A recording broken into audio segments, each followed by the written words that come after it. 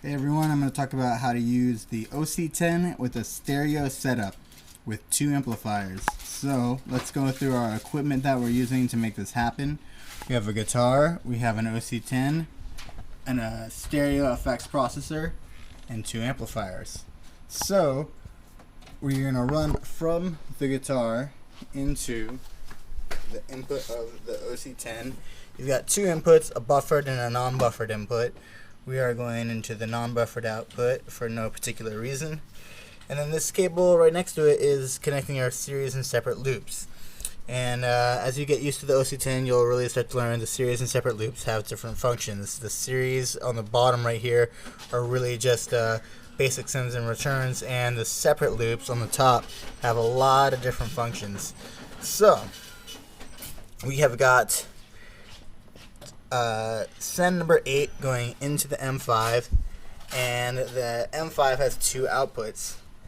The outputs are going into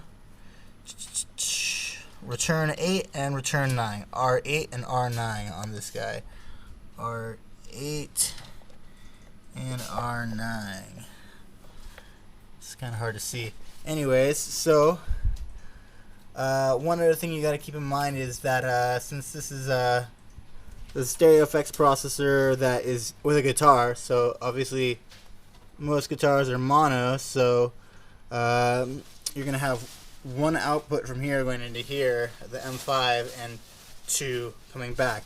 So what that basically means is that to continue the separate outputs, you're going to need some sort of dummy signal of your guitar to keep it going. And what we have here is out 2. We have separate outputs on this unit so that you can continue it. So it's basically just a copy of what other signal we had going on. So we have out 2 going into in 9, and so if I basically bypass loop 8, which loop 8 is going into the M5, if I bypass that, we're still going out to my amplifier, this guy right here, which is going from out number 9.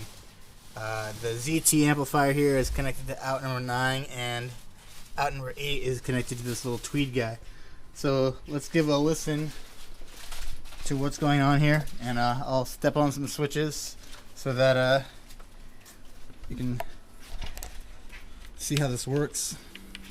So stereo. I am holding a camera and basically tapping on my guitar, so have fun criticizing my guitar doing that.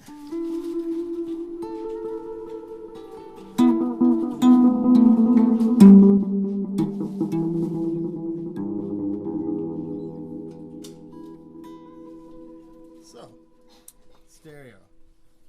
Now, if we go down to here, you can see that I have loops number 8 and 9 engaged, and that's what's hooked up into here. So, if I stop number 8, which is this top corner here, all the delay is gone, even though it's a stereo. Since basically 8 is the send, like I said, there's one send and two returns, it's going to cut that off.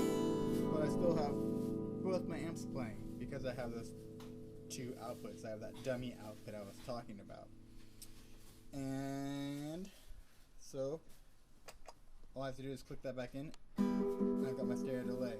I'm in direct mode right now, so I'm basically turning on and off loops like that. And if I wanted to set this up as a program, all I have to do is hold down this button here, bam.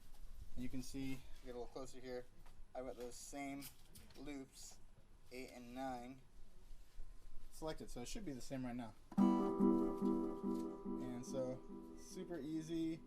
Once you get the hang of it, might be a little confusing if you don't really know the difference between separate and series outputs, but hope that was useful. And if you guys have any other questions, please let me know. I'd be glad to make some follow-up videos for this to clarify anything else you need to know.